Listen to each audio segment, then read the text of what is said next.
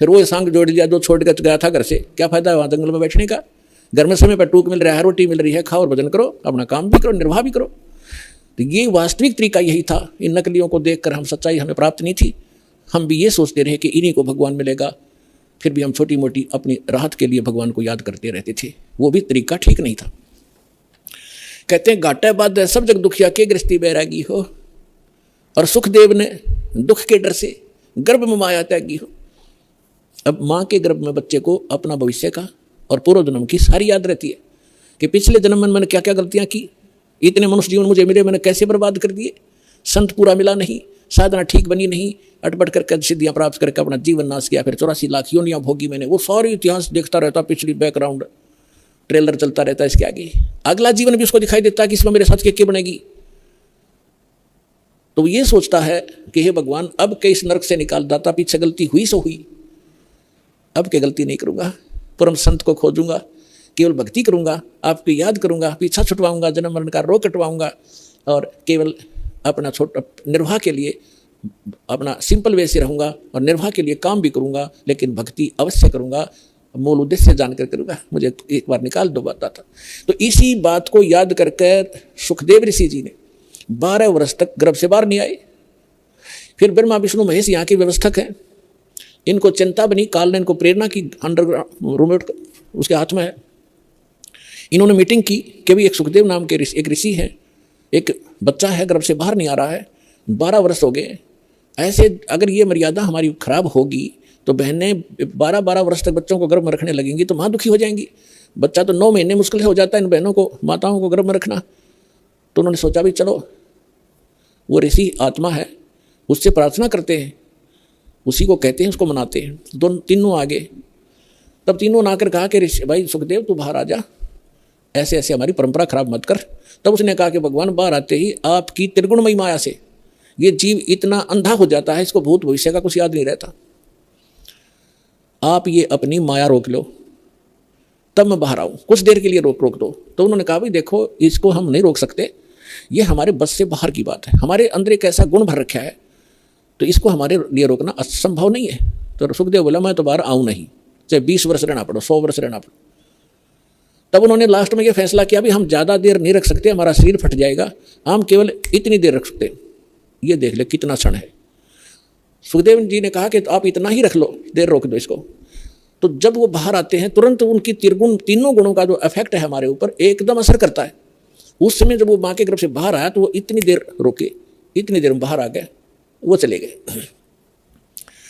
अपने आत्माओं उसको इस दुख के डरते हैं, गर्भ में माया त्यागी कि मैं इस संसार के चक्कर में नहीं पड़ूंगा, अपना मोक्ष कराऊंगा। मोक्ष बालकों का खेल है।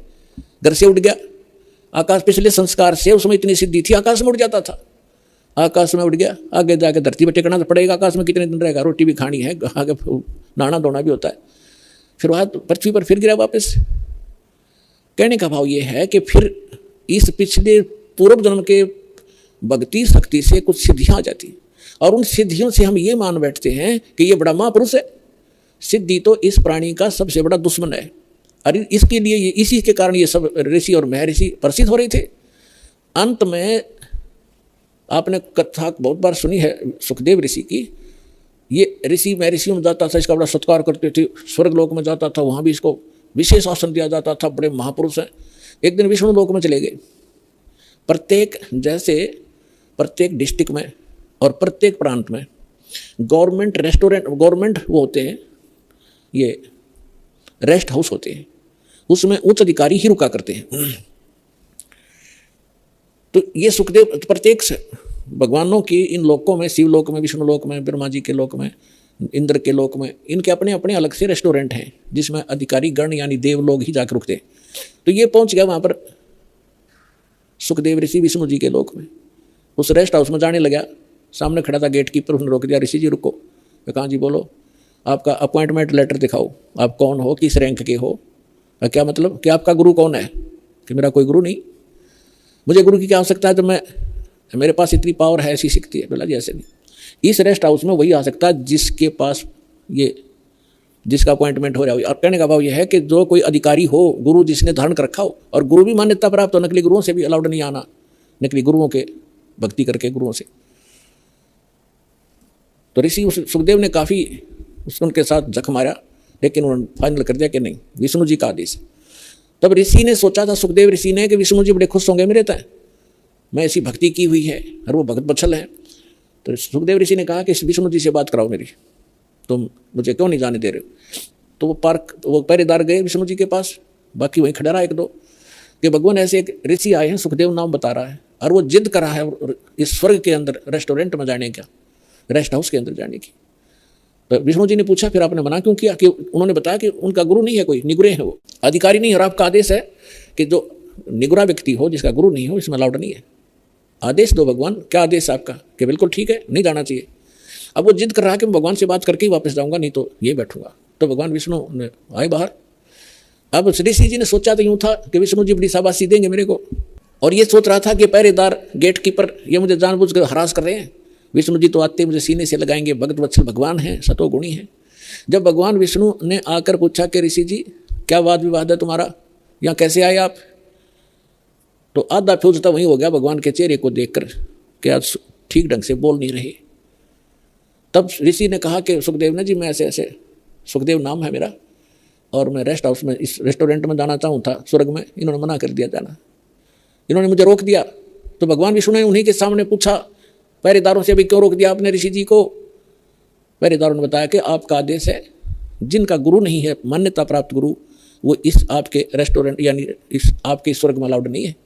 तब विष्णु जी ने पूछा, क्यों ऋषि जी, आपका कोई गुरु नहीं? नहीं जी। सुखदेव बोले, नहीं मेरा कोई गुरु नहीं, कि जाइए आप यहाँ से और गुरु बना कर आइए यहाँ पर। अपने आत्माओं देखो, सूक्ष्म वेद से ज्ञान से आपको पता चलेगा, सूक्ष्म वेद से, ये तत्व ज्ञान से। अब देखो, अभी तक हम क्या देखा करते, दास ने खूब देखा, जिन्होंने लाल कपड़े पहन लिए और कोई गुरु पद प्राप्त कर लिया, घर त्याग दिया, सन्यास हो गए, ब्रह्मचारी हो गए, तो वो ये सोचा करते गृहस्थी तो एक नेग्लेक्टेड आदमी है। उनको ये जैसे पहले शूद्रों को सोचा करते थे, इनकी ऐसी दृष्टि थी इन ऋषियों की कि गृहस्थी तो एक वैसे रिजेक्टेड आदमी होता है, आदरणीय नहीं होता। अब सुखदेव ऋषि ने कहा कि जी मैं किसको गुरु बनाऊं, मेरे योग्य गुरु पृथ्वी पर नहीं है। तो भगवान ने कहा कि ऋषि जी ये भी तेरा वहम है, तेरा अहंकार बोल रहा है, और जाइए राजा जनक से को गुरु बनाइए। राजा जनक को गुरु बनाना, जो सीता जी के पिताजी कहलाए थे राजा जनक। अब राजा जनक के काफ़ी रानियां थी, गृहस्थी थे और भगत भी थे। अब सुखदेव ऋषि इतना अहंकारी कि गृहस्थी लोग, राजा लोग तो मेरे चरण छूते हैं, और मैं गृहस्थी को जाकर के, राजा को जाकर के नमस्कार करूं, क्योंकि गुरु बनाना है तो प्रणाम भी करना है, दंडवत भी करनी है, मत्था भी रगड़ना है। अहंकार खड़ा हो गया, वहां से तो आ गया, लेकिन वो दूसरे स्वर्ग में, कॉमन स्वर्ग है इंद्र का लोक, उसमें ये चला जाता था।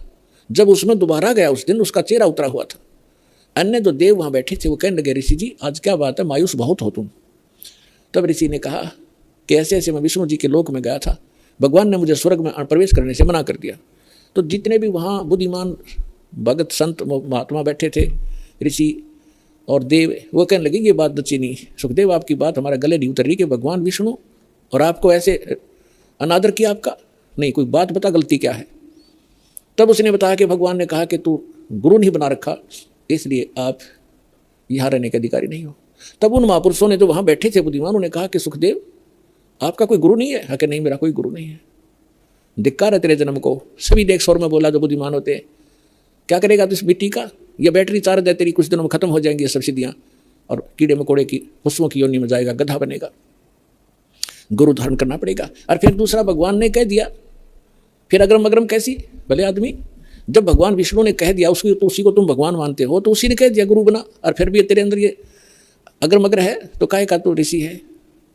तब वहाँ क्या कहता है वो, भाई राजा जनक गृहस्थी भाई, कैसे शीस निभाऊं जाई। सुखदेव बोले ज्ञान विवेका, हम स्त्री का मुख नहीं देखा। देख हाड़ की काल की आंट अड़ंगा कहाँ डालिया उसने, कि राजा जनक गृहस्थी भाई और कैसे शीस निभाऊं जाई।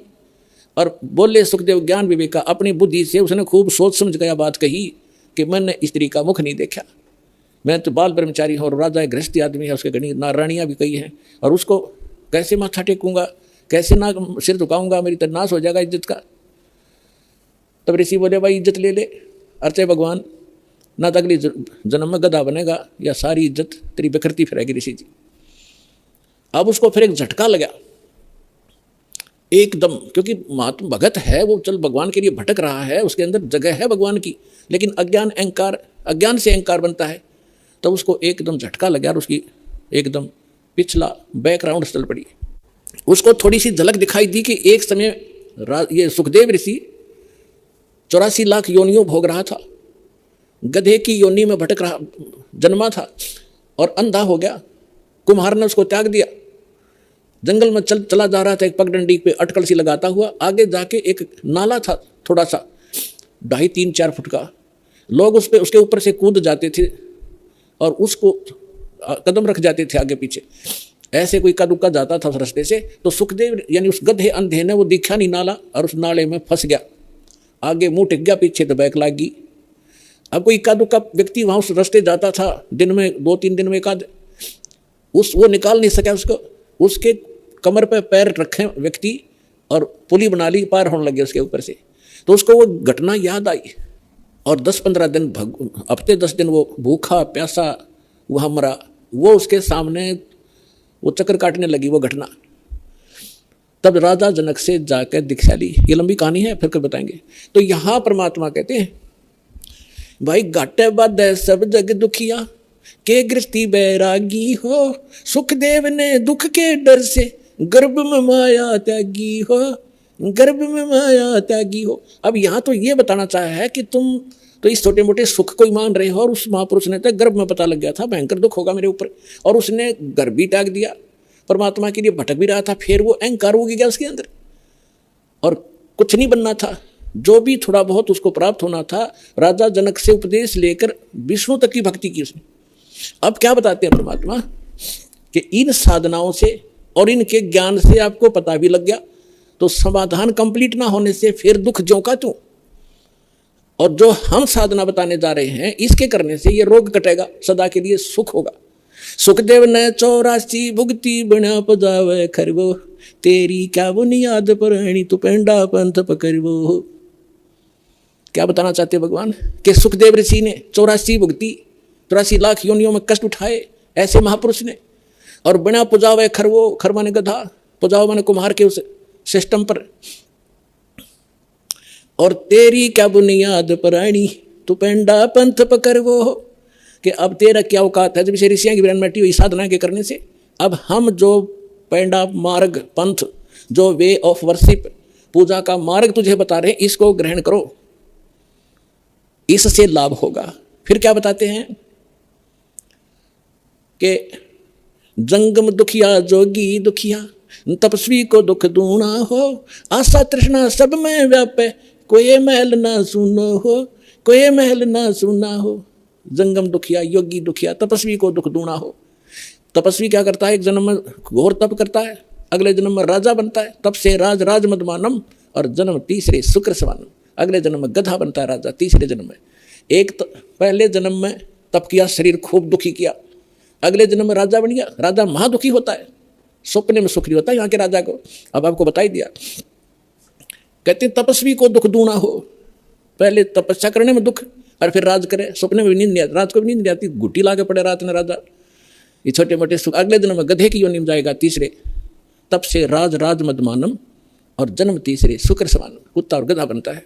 ये दुर्वासा की कथा आपको सुना दी, उसने हजारों वर्ष तप किया, ये डले डोए, ये प्राप्ति की, नाशकरण की साधना कर ली। इसी प्रकार फिर बताते हैं कि साच कहूँ तो जग नहीं माने, पर झूठ कही ना जाई हो, ये ब्रह्मा विष्णु शिव जी दुखिया, जिन ये राह चलाई हो, जिसने यहाँ इस जन्म पालन और मृत्यु का जो ये मार्ग चला रखा है, ये तीनों दुखिया। फिर क्या बताते हैं कि भूपति दुखिया, यानी पूरी पृथ्वी का शासक भी दुखिया, सुरपति दुखिया, भूपति दुखिया, सुरपति इंद्र वो महादुखी, और रंक दुखी बपरीति हो, गरीब आदमी तो वैसे स्वाभाविक दुखी, रंक दुखी बपरीति हो, ये तो या तो रीत है कि गरीब वही दुखी रहे, सारी आपदाएं गरीब आया करती हैं, जो सत भक्ति नहीं करता, जो सत भक्ति नहीं करता गरीब। और जब भक्ति सही मिल जाती है, कबीर साहब कहते हैं, कहें कबीर और सब दुखिया, एक संत सुखी मन जीती हो, संत सुखी मन जीती हो। संत हो, परम भक्त हो, परम संत से दीक्षा लेकर के, और फिर जैसे संत बताते हैं तो परम संत होगा। सतगुरु मिले तो इच्छा मेटे, पद मिल पदे समाना, चल हंसा उस लोक पठूं जो आदि अमर अस्थान। अब क्या बताते हैं कि सतगुरु मिलेंगे तो यहाँ की इच्छाएं समाप्त करवाओगे सबसे पहले, कि किसके लिए तू सारा जीवन नष्ट कर रहा है, इन कोठी और बंगलों के लिए। 1 मिनट में मृत्यु हो जाती है, जोड़ा जाड़ा सारा छोड़कर गधा बनकर घूम रहा होता है। तो कहते हैं जब संत वो भक्त सुखी होगा जो इस तत्व ज्ञान के आधार से अपना जीवन सफर तय करेगा, और कोई इस पृथ्वी पर सुखी नहीं हो सकता। समर्थ का शरणाग हो रंग होरी हो, और कदे न हो ए काज राम रंग होरी हो। समर्थ की शरण में आओ, यहाँ के अंगार भी बुझा देगा आपके लिए, आपके जीवन में कांटे भरे उनको साफ कर देगा, और आपको यहाँ भी सुख देंगे, सतलोक में ले जाएंगे, आपका पूर्ण मोक्ष कराएंगे। पुणात्माओं, आप इतनी दूर से आते हो, और किस लिए? एक एक अक्षर को ज्ञान ध्यान से सुना करो। जैसे एक अच्छे विद्यार्थी होते हैं, प्रत्येक लेक्चर का प्रत्येक शब्द घोट लिया करते हैं, एक अक्षर को भी नहीं जाने देते कहीं हम फेल ना हो जाए। तो इस प्रकार आपको परमात्मा ने इतना समय दिया है, कितनी दूर से आपको लेकर आए हैं। करे करावे साइया मन में लहर